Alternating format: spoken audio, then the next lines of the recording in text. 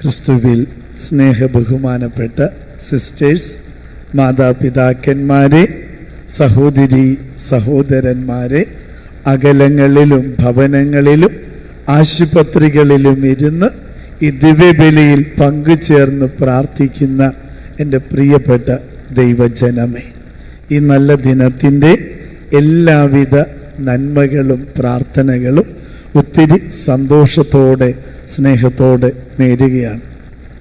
സഭയിലെ വളരെ പ്രധാനപ്പെട്ട തിരുനാളുകളിൽ ഒന്നാണ് പരിശുദ്ധ തൃത്വത്തിൻ്റെ തിരുനാൾ. ഈ തിരുനാൾ നമ്മോട് പറയുന്ന ഏറ്റവും പ്രധാനപ്പെട്ട കാര്യം ഇത് മാത്രമാണ്: നമ്മുടെ ദൈവം ഒറ്റയ്ക്കല്ല, ഒന്നിച്ചാണ്.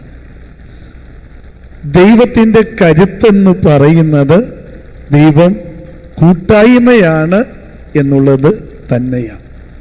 നമ്മുടെ ഏതൊരു പ്രാർത്ഥനയും നമ്മൾ ആരംഭിക്കുന്നതും അവസാനിപ്പിക്കുന്നതും ഒക്കെ ഈ ത്രിയേക ദൈവത്തെ വിളിച്ചു പ്രാർത്ഥിച്ചിട്ട്, പരിശുദ്ധ കുർബാനയാകട്ടെ, ജപമാലയാകട്ടെ, മറ്റേതൊരു പ്രാർത്ഥനയുമാകട്ടെ, പിതാവിൻ്റെയും പുത്രൻ്റെയും പരിശുദ്ധാത്മാവിൻ്റെയും എന്ന് തുടങ്ങിയ ത്രിയേക ദൈവത്തെ വിളിച്ചുള്ള പ്രാർത്ഥനയാണ്.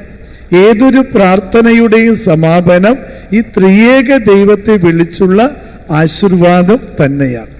എന്ന് വെച്ചാൽ ത്രിയേക ദൈവത്തെ ഒഴിവാക്കിക്കൊണ്ട് ക്രൈസ്തവരായ നമുക്ക് മറ്റൊരു പ്രാർത്ഥനയില്ല എന്നുള്ളതാണ് ഈ തിരുനാളിൻ്റെ പ്രത്യേകത. ഇപ്പോൾ ത്രിയേക ദൈവം അത് 3 ആളുകളാണെങ്കിലും ഒറ്റ ദൈവമാണ് എന്ന് പറയുമ്പോൾ നമുക്ക് ഉൾക്കൊള്ളാനായിട്ടൊക്കെ ഇത്തിരി പ്രയാസമാണ്. കാരണം എങ്ങനെയാണ് ഒരേ സമയം 3 ഒന്നായിരിക്കാനായിട്ട് പറ്റുക എന്നുള്ളത് തീർച്ചയായും അത് വലിയൊരു രഹസ്യമായിട്ട് തന്നെ. അതുകൊണ്ട് തിരുസഭാ മാതാവ് തൃത്വത്തെ വ്യാഖ്യാനിച്ച് തരുന്നത്. എങ്കിലും ഏതൊരു രഹസ്യത്തിനും അതിൻ്റെ ഒരു അടിസ്ഥാനം ഉണ്ടായിരിക്കും. അടിസ്ഥാനമില്ലാത്ത ഒരു രഹസ്യവും അതിൽ തന്നെ നന്മയല്ല, സത്യമല്ല എന്നുള്ളത് ഉറപ്പാണ്. അപ്പം അങ്ങനെ ചിന്തിക്കുമ്പോൾ തൃത്വത്തിൻ്റെ, ത്രിയേക ദൈവത്തിൻ്റെ രഹസ്യം അത് വെളിപ്പെടുത്തി കിട്ടുന്നത് എവിടെ നിന്നാണ്? അത് മറ്റൊരിടവുമല്ല, ദൈവവചനത്തിൽ നിന്നുമാണ് നമുക്ക് ഈ ത്രിയേക ദൈവത്തിൻ്റെ രഹസ്യം വെളിപ്പെടുത്തി കിട്ടുന്നത്. ഉൽപ്പത്തി പുസ്തകത്തിൻ്റെ ആദ്യ ഏടുകളിൽ സൃഷ്ടികർമ്മം പൂർത്തീകരിക്കുന്നത് മനുഷ്യനെ സൃഷ്ടിച്ചുകൊണ്ടാണ്. എല്ലാം ഉണ്ടാകട്ടെ എന്ന് ദൈവം പറയുന്നു, അപ്രകാരം എല്ലാം ഉണ്ടാകുന്നു.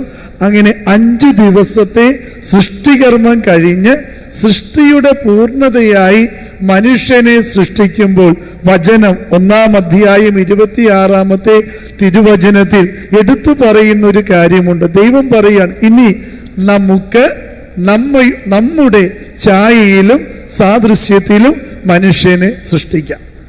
ഇവിടെയാണ് ദൈവത്തിൻ്റെ കൂടെ ആരൊക്കെ ഉണ്ട് എന്നുള്ളൊരു വെളിപാട് നമുക്ക് ആദ്യമായിട്ട് കിട്ടുന്നത്. ദൈവം പറയുന്ന എന്താ? നമുക്ക്, അല്ലെങ്കിൽ ഞാൻ എൻ്റെ ഛായയിലും സാദൃശ്യത്തിലും മനുഷ്യനെ സൃഷ്ടിക്കുന്നു എന്ന് വചനം പറഞ്ഞാൽ മതി. എന്നാൽ ഇവിടെ പറയുന്ന എന്താ? ഏകവചനമല്ല, ബഹുവചനമാണ് നമ്മൾ അവിടെ കാണുന്നത്. നമുക്ക് എന്ന് പറയുമ്പോൾ പിന്നീട് നമ്മൾ ഇതേ വെളിപാട് നമ്മൾക്ക് കിട്ടുന്നത് ഉൽപ്പത്തി പുസ്തകത്തിൻ്റെ 11-ാം അധ്യായത്തിൽ മനുഷ്യന് ദൈവത്തോളം വളരണം, സ്വർഗത്തോളം ഉയരണം എന്ന പോസിറ്റീവായിട്ടുള്ള ചിന്തയല്ല, നെഗറ്റീവായിട്ടുള്ള ചിന്ത. ദൈവത്തെ പോലും കീഴടക്കാൻ വേണ്ടി മനുഷ്യൻ പണി തുടങ്ങിയ ബാബേൽ ഗോപുരത്തിൻ്റെ നിർമ്മാണവുമായി ബന്ധപ്പെട്ട് ദൈവം ഇപ്രകാരം 11-ാം അധ്യായത്തിൽ പറയുന്നുണ്ട്, നമുക്ക് താഴേക്ക് ചെന്ന് മനുഷ്യൻ എന്താണ് ചെയ്യുന്നത് എന്ന് നോക്കാം. അപ്പോൾ അവിടെയും പറയുന്നത് ഏകവചനമല്ല, ബഹുവചനമാണ്. എന്ന് വെച്ചാൽ അർത്ഥം എന്താ? ദൈവം ഏകനാണെന്ന് പറയുമ്പോഴും കൂടെ ആരൊക്കെയുണ്ട് എന്നുള്ളതാണ്. അപ്പൊ അടുത്ത ചോദ്യം, കൂടെയുള്ളവരാരാണ് എന്ന് എവിടെയാണ് വെളിപ്പെടുത്തി കിട്ടിയത്? തുടർന്ന് വരുന്ന അബ്രാഹത്തുമായി ബന്ധപ്പെട്ടുള്ള ഭാഗത്ത് നമ്മൾ കാണുന്നുണ്ട്. ഈ പറയുന്ന നമുക്ക് എന്ന് പറയുന്ന ആ കൺസെപ്റ്റിൽ ആരൊക്കെയുണ്ട് എന്ന് ആദ്യമായി വെളിപ്പെടുത്തി കിട്ടുന്നത് അബ്രാഹത്തിന് മുമ്പിലാണ്. അബ്രാഹം തൻ്റെ ഭവനത്തിൻ്റെ പുറത്ത് ഇങ്ങനെ കിടന്നുറങ്ങുന്ന സമയത്താണ് ദൈവം ആ വഴിയിലൂടെ വരുന്നത്. വചനം വ്യക്തമായി പറയുന്നു, 3 ആളുകൾ വിശുദ്ധന്മാരായിട്ടാണ് അവരെ കാണുന്നത്. അവർ വരുന്നു, അബ്രാഹം അവരെ കാണുന്നത് അവർ പുറംതിരിഞ്ഞ് നിൽക്കുന്നതായിട്ടാണ്. അബ്രാഹത്തിന് മനസ്സിലായി ഇത് ദൈവമാണെന്ന്. എന്നിട്ട് അബ്രാഹം ആ 3 പേർക്കും വേണ്ടി വിഭവസമൃദ്ധമായ ഭക്ഷണം ഒരുക്കുന്നത് വചനത്തിൽ നാം കാണുന്നു. പിന്നീട് വലിയ ഒരു കോൺവെർസേഷനാണ്, സംഭാഷണമാണ്. ഇതിന്റെ അടിസ്ഥാനം എന്താ? ദൈവം വന്നിരിക്കുന്നത്, ഭൂമി കാണാൻ വന്ന ദൈവം വന്നത് എന്തിനാ? സോദോം ഗൊമോറ പട്ടണത്തിന്റെ നാശത്തിന് വേണ്ടിയാ. കാരണം എന്താ? ജനം അത്രയേറെ തിന്മകൾ ചെയ്ത് ഇങ്ങനെ ദൈവത്തിൽ നിന്ന് അകന്നു പോയപ്പോൾ ആ ജനത്തെ മുഴുവനും നശിപ്പിക്കാൻ ദൈവം തീരുമാനമെടുത്ത് ഈ ത്രിയേക ദൈവം അവിടേക്ക് കടന്നു വരിക. അപ്പോൾ അബ്രാഹവും ദൈവവും തമ്മിലുള്ള സംഭാഷണം എന്താ?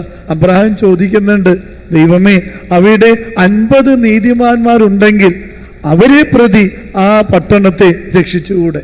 അപ്പൊ ദൈവം പറയുന്നുണ്ട്, അങ്ങനെ 50, 45, 40, 30, 20 അവസാനം ഇപ്രകാരമായി എഗ്രിമെന്റ് സൈൻ ചെയ്യുന്ന 10 പേരെങ്കിലും അവിടെ നീതിമാന്മാരായിട്ടുണ്ടെങ്കിൽ അവരെ പ്രതി ആ നഗരത്തോനോട് കാരുണ്യം കാണിക്കില്ലേ? ഇതാണ് ത്രിയേക ദൈവത്തിന്റെ ഫസ്റ്റ് നമ്മൾ വ്യക്തമായി കാണുന്ന ഒരിടം. അപ്പോൾ അത് സമ്മതിച്ചിട്ടാണ് ദൈവം പോകുന്നത്. പക്ഷേ 10 പേരെ പോലും അവിടെ കണ്ടെത്താനായിട്ട് ദൈവത്തിന് കഴിഞ്ഞില്ല. അങ്ങനെയാണ് സോദോം ഗൊമോറ പട്ടണത്തിലേക്ക് അഗ്നിയും ഗന്ധകവും ഒക്കെ ആകാശത്ത് നിന്നും ഇങ്ങനെ ഇറങ്ങി വന്ന് ആ പട്ടണം നശിപ്പിക്കുന്നത്. ലോത്തും കുടുംബവും മാത്രം രക്ഷപ്പെടുന്ന കാര്യമൊക്കെ നമുക്ക് വചനം വായിക്കുമ്പോൾ അറിയാവുന്നതാണ്. അപ്പൊ പഴയ നിയമത്തിന്റെ ആദ്യ ഏടുകളിൽ മനുഷ്യന്റെ സൃഷ്ടിയുടെ തുടക്കത്തിൽ ഈ ത്രിയേക ദൈവത്തെ കാണുന്നു. പിന്നീട് നമ്മൾ ഈ ത്രിയേക ദൈവത്തിന്റെ കൺസെപ്റ്റ് പുതിയ നിയമത്തിലേക്ക് വരുമ്പോൾ കാണുന്നത് എന്താ? എവിടെയാ? നവസൃഷ്ടിയായ പരിശുദ്ധ മറിയത്തിലാണ് ഈ ത്രിയേക ദൈവത്തിന്റെ സാന്നിധ്യം നാം കാണുന്നത്. അവിടെ പിതാവായ ദൈവം പരിശുദ്ധാത്മാവിലൂടെ പുത്രനായ ക്രിസ്തുവിനെ ജന്മം നൽകാൻ തെരഞ്ഞെടുത്ത പരിശുദ്ധ മറിയമാണ് പുതിയ നിയമത്തിലെ ത്രിയേക ദൈവത്തിന്റെ ആദ്യത്തെ കൺസെപ്റ്റ് എന്ന് നമുക്ക് മനസ്സിലാക്കാൻ പറ്റും. കാരണം പരിശുദ്ധ മറിയത്തിൽ പിതാവായ ദൈവത്തിന്റെ ആ കൃപ നിറഞ്ഞ സാന്നിധ്യമുണ്ട്. അവിടെ പരിശുദ്ധാത്മാവിനാൽ അവൾ ഗർഭം ധരിക്കുന്നത് ആരെയാ?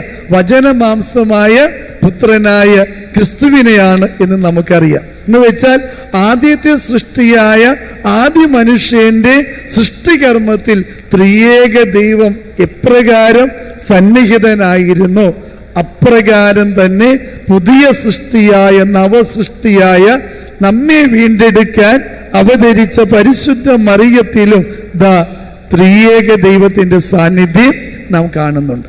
പിന്നെ ത്രിയേക ദൈവത്തിന്റെ സാന്നിധ്യം ജോർദാൻ നദിയിൽ നാം കാണുന്നുണ്ട്. സ്നാനം സ്വീകരിക്കുന്ന അവസരത്തിൽ ആകാശം തുറന്ന് പിതാവായ ദൈവം വിളിച്ചു പറയുന്നു, ഇവൻ എൻ്റെ പ്രിയപുത്രനാണെന്നുള്ള വെളിപാട് അവിടെ കിട്ടുന്നുണ്ട്. അതിനെ തുടർന്ന് ആ പരിശുദ്ധാത്മാവ് പ്രാവിന്റെ രൂപത്തിൽ ഇറങ്ങി വരുന്നത് കാണുന്നുണ്ട്. പുത്രനായ ക്രിസ്തു ദൈവഹിതം ഏറ്റെടുത്ത് തൻ്റെ പരസ്യ ജീവിതം ആരംഭിക്കുന്ന ദൗത്യമേറ്റെടുക്കൽ പ്രക്രിയയെ അവിടെ കാണുന്നുണ്ട്. ത്രിയേക ദൈവത്തിന്റെ സാന്നിധ്യം കാണും. ക്രിസ്തു തന്നെ വെളിപ്പെടുത്തിയ താബോർ മലയിലും ഇതേ കൺസെപ്റ്റ് തന്നെയാണ് ശിഷ്യന്മാരുടെ മുമ്പിൽ വെളിപ്പെടുത്തി കൊടുക്കുന്നത്. നമ്മുടെ ദൈവം ഒറ്റയ്ക്കല്ല, ഒന്നിച്ചാണ് എന്ന്. അപ്പോൾ എൻ്റെ പ്രിയപ്പെട്ടവരെ, ഈ ത്രിയേക ദൈവം നമ്മോട് പറയുന്ന കാര്യം എന്താണ്? ഒന്ന് പ്രധാനപ്പെട്ട കാര്യം എന്താ? ഈ ഒന്നിച്ച് നിൽക്കണമെങ്കിൽ എന്ത് വേണം? സ്നേഹം വേണം, ത്യാഗം വേണം, സമർപ്പണം വേണം, നന്മ വേണം എന്നുള്ള കാര്യം തന്നെയാണ്.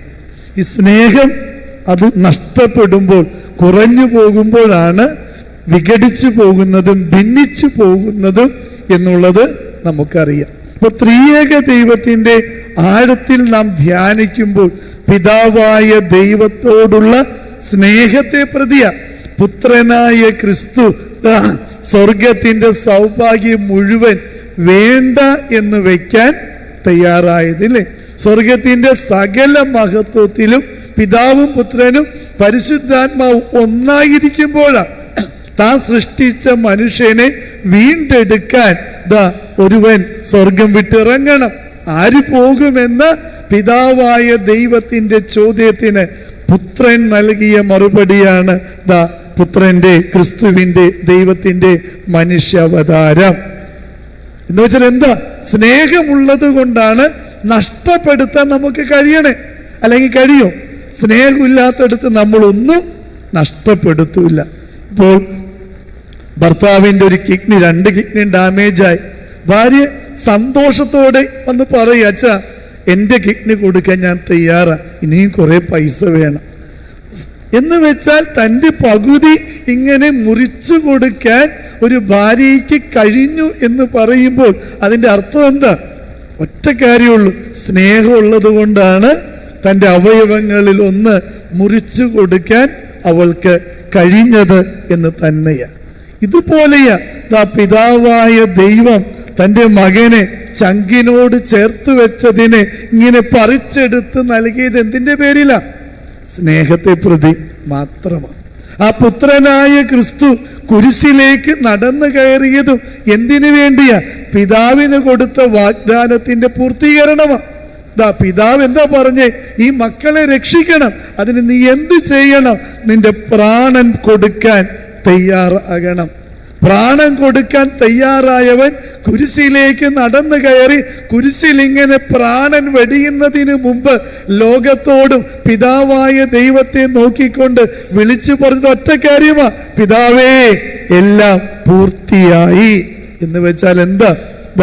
എന്തിൻ്റെ പേരിലാണോ ഞാൻ സ്വർഗം വിട്ടിറങ്ങി വന്നത്, അത് എൻ്റെ അപ്പന് വേണ്ടി ഞാൻ പൂർത്തീകരിച്ചു എന്ന് കുരിശിൽ ഈ മകൻ വിളിച്ചു പറയുമ്പോൾ അതിൻ്റെ അർത്ഥം എന്താ? സ്നേഹം മാത്രം. അത്രത്തോളം നമ്മെ സ്നേഹിച്ച പുത്രനായ ക്രിസ്തുവിനെ നമ്മെ ഇട്ടിട്ടു പോകാൻ പറ്റാത്തത് കൊണ്ട് അവിടുന്ന് നമുക്ക് നൽകിയത് സ്വർഗത്തിന്റെ തന്നെ സ്വന്തമായിരുന്ന പരിശുദ്ധാത്മാവിനെയാ. അതുകൊണ്ടാണ് ക്രിസ്തു പറയുന്നത്, സഹായകനെ ഞാൻ നിങ്ങൾക്ക് തരും. ഞങ്ങൾ ഒന്നായിരുന്നു എന്ന് ക്രിസ്തു പറയുന്നില്ലേ? പിതാവിൽ നിന്നും പുത്രനിൽ നിന്നും പുറപ്പെടുന്ന സഹായകനായ പരിശുദ്ധാത്മാവ് വന്ന് നിങ്ങളെ എല്ലാ കാര്യങ്ങളും പഠിപ്പിക്കും. ഓർത്തു വയ്ക്കുക, ഇതാണ് അതിൻ്റെ പ്രത്യേകത. അപ്പോൾ സ്വർഗത്തിന്റെ സ്വന്തമായിരുന്നവർ ആ സ്വർഗത്തിന്റെ മഹത്വം പോലും വേണ്ട എന്ന് വെച്ചതിൻ്റെ പ്രധാനപ്പെട്ട കാര്യം എന്താ? പരസ്പരമുള്ള സ്നേഹം തന്നെയാണ്. അപ്പോൾ എൻ്റെ പ്രിയപ്പെട്ടവരെ, ജീവിതത്തിൽ നമ്മൾ പലതും നഷ്ടപ്പെടുത്താൻ തയ്യാറാകുന്നുവെങ്കിൽ അതൊരൊറ്റ കാര്യമുള്ളൂ, എന്താണ്? സ്നേഹം. അത് നമ്മളുടെ കുടുംബത്തിലും കൂട്ടായ്മയിലൊക്കെ ഉണ്ടാകട്ടെ എന്നാണ് ത്രിയേക ദൈവം നമ്മോട് പറയുന്ന ആദ്യത്തെ കാര്യം. മറ്റൊരു പ്രത്യേകത ഈ പറയുന്ന ത്രിയേക ദൈവം നമ്മെ പഠിപ്പിക്കുന്ന എന്താ? പരസ്പരം അംഗീകരിക്കാനും വില കൊടുക്കാനും പറ്റണം എന്നുള്ള കാര്യം. പുത്രനായ ക്രിസ്തു തൻ്റെ അപ്പനെ നോക്കി പറയുന്നത് എന്താ? എൻ്റെ അപ്പൻ ഏറ്റവും വലിയവനാ. ഓർത്തു നോക്കിയേ, ഒരു മകൻ അപ്പനെ കുറിച്ച് പറയുന്ന കാര്യം. അതുകൊണ്ട് തന്നെ എൻ്റെ അപ്പൻ്റെ കയ്യിൽ നിന്നും തൻ്റെ ആടുകളിൽ ഒന്നിനെ പോലും തട്ടിക്കൊണ്ടു പോകാൻ ആർക്കും പറ്റൂല. വളരെ എത്ര വലിയ കാരണം വെച്ചാൽ മക്കളുടെ ബലം അപ്പൻ്റെ കൈ പിടിച്ച് നടക്കണേണെന്നൊക്കെ പറയുന്നത് പോലെ ഇവിടെ പുത്രൻ പറയുക, നീ എന്നെ ഭരമേൽപ്പിച്ച എൻ്റെ ജനത്തിൽ ഒരുവൻ പോലും നഷ്ടപ്പെട്ടിട്ടില്ല. കാരണം എന്താ? എൻ്റെ അപ്പൻ വലിയവനാണ്. അപ്പൊ ഈ അപ്പൻ മകനെ നോക്കി പറയുന്നത് എന്താ? ഇവൻ എൻ്റെ പ്രിയപുത്രനാണ്. ഇതാണ് പരസ്പരമുള്ള അംഗീകാരം. ഇവർ രണ്ടുപേരും കൂടി പറയുന്ന പരിശുദ്ധാത്മാവ് എന്താ? അവൻ വന്നു കഴിയുമ്പോൾ എല്ലാ കാര്യങ്ങളും നിങ്ങളെ പഠിപ്പിക്കും. അത്രത്തോളം ജ്ഞാനം കൊണ്ട് നിറഞ്ഞതാണ്, കൃപ കൊണ്ട് നിറഞ്ഞതാണ് പരിശുദ്ധാത്മാവ്. ഇതാണ് പ്രിയപ്പെട്ടവരെ ത്രിയേക ദൈവം നമ്മോട് പറഞ്ഞു തരുന്ന ഏറ്റവും പ്രധാനപ്പെട്ട മറ്റൊരു കാര്യം. പരസ്പരം അംഗീകരിക്കുവാൻ, വില കൊടുക്കുവാൻ, ആദരവ് കൊടുക്കാൻ നമുക്ക് പറ്റണം എന്നുള്ളതാണ്. പ്രകാരം കഴിയുമ്പോൾ തീർച്ചയായും അവിടെ വലിയ രീതിയിലുള്ള പരിഗണന നമുക്ക് കിട്ടിയാൽ പിന്നെ വേറെ എവിടെയും നമുക്ക് ഷൈൻ ചെയ്യാനായിട്ട് സാധിക്കും എന്നുള്ളതാണ് ത്രിയേക ദൈവം നമ്മോട് പറയുന്നത്. പറഞ്ഞാൽ ഒത്തിരിയുണ്ട്, രഹസ്യമാണെങ്കിലും വചനത്തിലൂടെ വെളിപ്പെടുത്തി കിട്ടിയ ത്രിയേക ദൈവം നമ്മോട് പറയുന്നത് ഒത്തിരിയേറെ കാര്യം. അത് നമ്മളുടെ കുടുംബങ്ങളിലും ജീവിതത്തിലുണ്ടാകട്ടെ. പരസ്പരമുള്ള സ്നേഹം, പങ്കുവയ്ക്കാനുള്ള മനസ്സ്, അപരന് വേണ്ടി എന്തും ജീവൻ പോലും ത്യജിക്കുവാനായിട്ടുള്ള ആ ഒരു കരുത്ത്, ഇതൊക്കെ ത്രിയേക ദൈവം നമുക്ക് നൽകിയിരിക്കുന്ന കൃപ തന്നെയാണ്. അതുകൊണ്ട് ഇന്ന് ഈ തിരുനാൾ നാം ആഘോഷിക്കുമ്പോൾ നമുക്ക് പ്രാർത്ഥിക്കാം, തമ്പുരാനെ ഞങ്ങളുടെ കുടുംബങ്ങളിലും കൂട്ടായ്മയിലും സ്വർഗത്തിൻ്റെ ഈ ആശീർവാദം നൽകി ഞങ്ങളെ ഇന്നും ബലപ്പെടുത്തണമേ എന്ന്.